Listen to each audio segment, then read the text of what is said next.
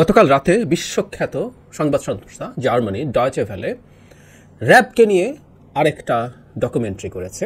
ডকুমেন্টারির শুরুতে একটা খুব গুরুত্বপূর্ণ কথা আছে। ইনফ্যাক্ট ডকুমেন্টারিটা আমি মন্তব্য দিয়ে দিব, তারপরও এটা কন্টেন্টটা বলতে হবে সো দ্যাট আমরা গুরুত্বটা বুঝতে পারবো। এই আমাদের সামনে ক্রমাগত বলে যাওয়া হয় যে জাতিসংঘের শান্তিরক্ষী বাহিনী পাঠানোর ক্ষেত্রে বাংলাদেশ সর্বোচ্চ অবস্থানে আছে। 1 নম্বর অবস্থান কি সেটা আছে? যদি না থেকে থাকে কোথায় আছে? তার মানে কি অলরেডি কোনো প্রসেস শুরু হয়েছে? প্রশ্নগুলো করে রাখছি, আমি শেষ অংশে জবাব দেব। প্রথম ডকুমেন্টারিটা নিয়ে কথা বলি। ডকুমেন্টারিটা হচ্ছে জাতিসংঘের পিস কিপিং যে মিশন আছে সেখানে মানবাধিকার লঙ্ঘনকারী পিস কিপাররা যাওয়া নিয়ে। ওর যে বলেছি বাংলাদেশ এবং শ্রীলঙ্কাটা আমরা জানি তামিলদের বিরুদ্ধে যখন তাদের গৃহযুদ্ধ চলছিল এবং ফাইনালি যে যুদ্ধটা চলেছে সেখানে ভয়ঙ্কর সব অভিযোগ আছে মানবাধিকার লঙ্ঘনের। সেই কারণে শ্রীলঙ্কার অংশটা এখানে আলোচনা করতে যাচ্ছি, আমরা বাংলাদেশকে নিয়ে কথা বলবো।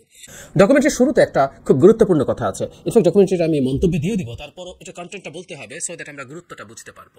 এটা দিয়ে আমি অ্যানালাইজ করতে চাই, সো কন্টেন্ট সম্পর্কে আমি কয়েকটা কথা একটু বলে দিই। শুরুটা করেছে খুব ইন্টারেস্টিং একটা বিষয়কে, প্যাটপ্যাটা সত্য যে পৃথিবীর সবচাইতে ভালনারেবল মানুষদের রক্ষা করার জন্য পিসকিপাররা যায়, এবং পিসকিপার সাধারণত সেই দেশগুলোতে যায় যেখানে স্টেট মেশিনারি ফেল করেছে, তারা ঠিকঠাক মতো মেনটেন করতে পারছে না, তখন জাতিসংঘ পিসকিপাররা যায়। ওই মানুষগুলোকে যখন যারা রক্ষা করতে যাচ্ছে তারা তাদের দেশে যদি মানবাধিকার লঙ্ঘন করে আসলেই খুব উদ্ভট শোনায়, তাই না? উনি বাংলাদেশে থেকে বাংলাদেশের নিজের মানুষজনের উপর বা শ্রীলঙ্কায় থেকে নিজের মানুষজনের উপরে বিভৎস টর্চার করবেন, তারপর উনি যাবেন পিসকিপার হওয়ার জন্য। ভীষণ কনফ্লিক্টিং ব্যাপার।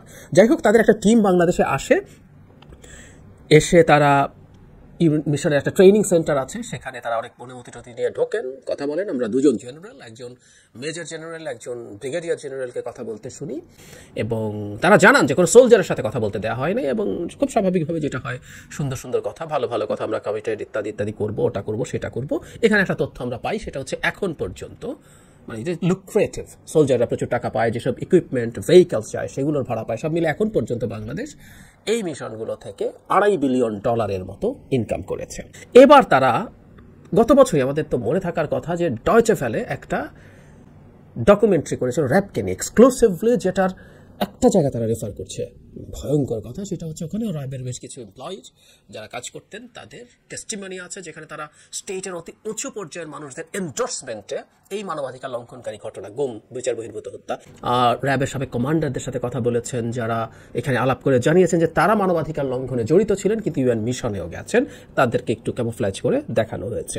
এছাড়াও এখানে জাতিসংঘে এই মুহূর্তে কর্মরত একজন অফিসারের সাথে কথা বলা হয়েছে, যিনি তার মানবাধিকার লঙ্ঘনের কথা বলছেন, যেখানে রাজনৈতিক বিবেচনায় গুম এবং বিচার বহির্ভূত হত্যাকাণ্ডের সাথে তিনি ছিলেন, সেটা বলেছেন।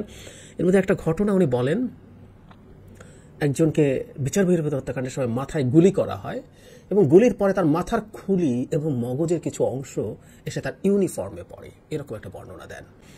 মানে আমরা দেশটাকে কোথায় নিয়ে গেছি। হ্যাঁ, এগুলো এভাবেই ঘটে, আমরা দেখি নাই কাউকে, মানে ওনার বলাটা শুনলাম, একরামুলকে যখন গুলি করে তখন ওই অডিওটা আমরা শুনেছিলাম, খুন করার সময় কি হয় না হয়, এখানেও উনি সেটা বললেন। এরপর যেটা জরুরি জায়গা, খুবই জরুরি জায়গা, যে বাংলাদেশে এই যে মানবাধিকার লঙ্ঘন হচ্ছে, তারা আবার শান্তিরক্ষী মিশনে যাচ্ছে, তার জন্য নেদারল্যান্ডসের একজন এক্সপার্টকে দায়িত্ব দেওয়া হয়েছিল। টিমটা ওখানে যায়, এবং সেখানে যাওয়ার পরে সেখানে তারা কথা বলেন তার সাথে।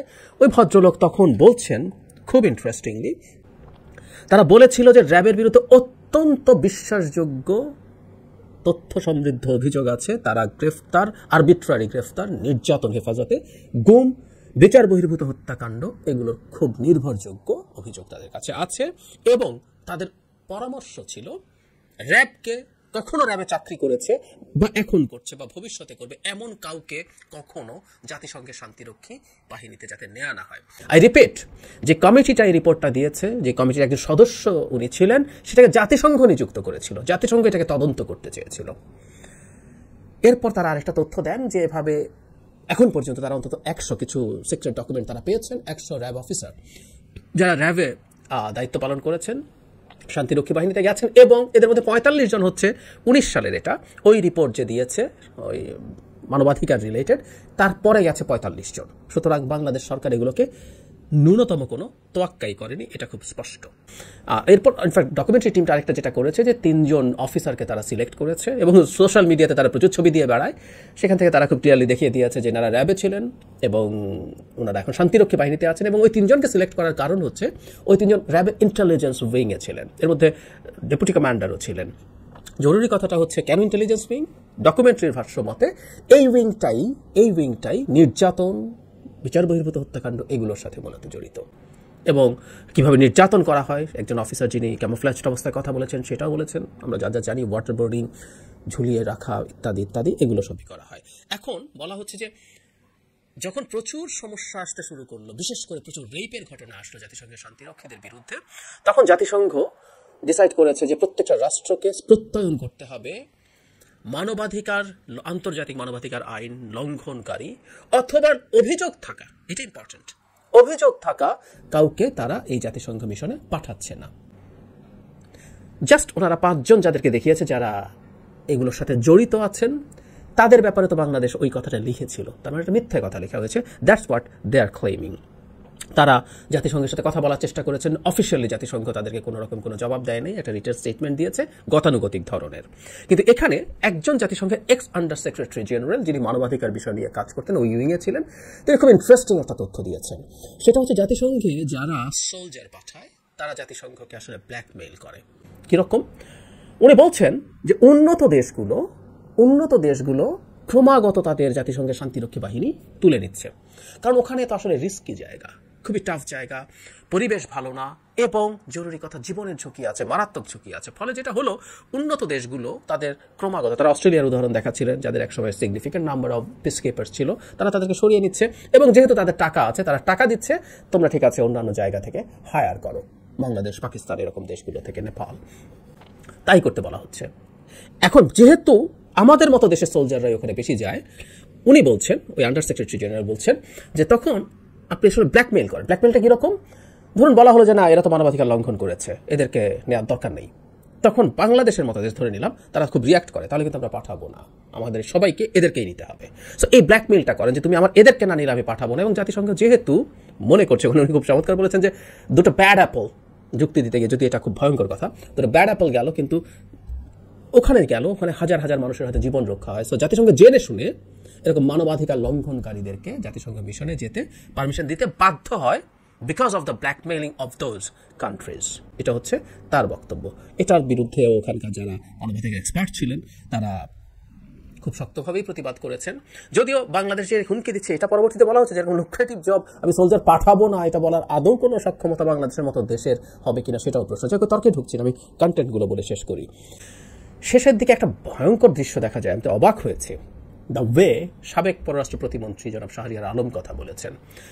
বলা হচ্ছে শান্তিরক্ষীদের বিরুদ্ধে কোনো রকম প্রশ্ন তোলা নিয়ে উনি একটা জায়গায় কথা, ইংরেজিতে কথা বলছেন, so we can be confirm যে উনি কোনো আন্তর্জাতিক বা বিদেশিদের সামনে এই কথাটা বলছিলেন। সেটা হচ্ছে জাতিসংঘে বাংলাদেশের শান্তিরক্ষী নিয়ে যারা প্রশ্ন করবে, তিনি কংগ্রেসম্যান হন, তিনি সেনেটর হন, তিনি কোনো প্রেসিডেন্ট হন কিংবা প্রধানমন্ত্রী, তিনি বাংলাদেশের শত্রু। অত্যন্ত অ্যাগ্রেসিভ, আপনার ভিডিও যখন দেখবেন অত্যন্ত অ্যাগ্রেসিভ ঢঙে এই কথা বলেছেন।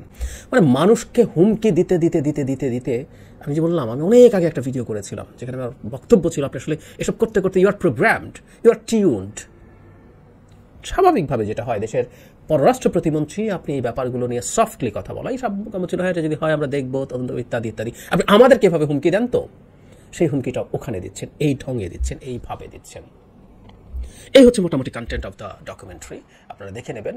আর যারা দেখবেন না তাদের জন্যই বলা। কিন্তু একটা তথ্য একটু দিয়ে রাখি, শুরুতে যে বলছিলাম বাংলাদেশ কি সর্বোচ্চ সংখ্যক শান্তিরক্ষী পাঠায়? উত্তর হচ্ছে না। আমি ভুল না করে থাকলে 19 সাল থেকে, এই তালিকা যে কেউ দেখে নিতে পারেন, 19 সাল থেকে 23 সালের অক্টোবর পর্যন্ত অ্যাটলিস্ট এই টানা বাংলাদেশ 1 নম্বর পজিশনে ছিল। এই মুহূর্তে বাংলাদেশ 1 আর নেই, বাংলাদেশ 3-এ আছে। ইয়াস, তার মানে এই প্রশ্ন আমরা করতেই পারি, বাংলাদেশকে কি অলরেডি জাতিসংঘের শান্তিরক্ষী বাহিনী থেকে কমিয়ে ফেলা শুরু হয়েছে?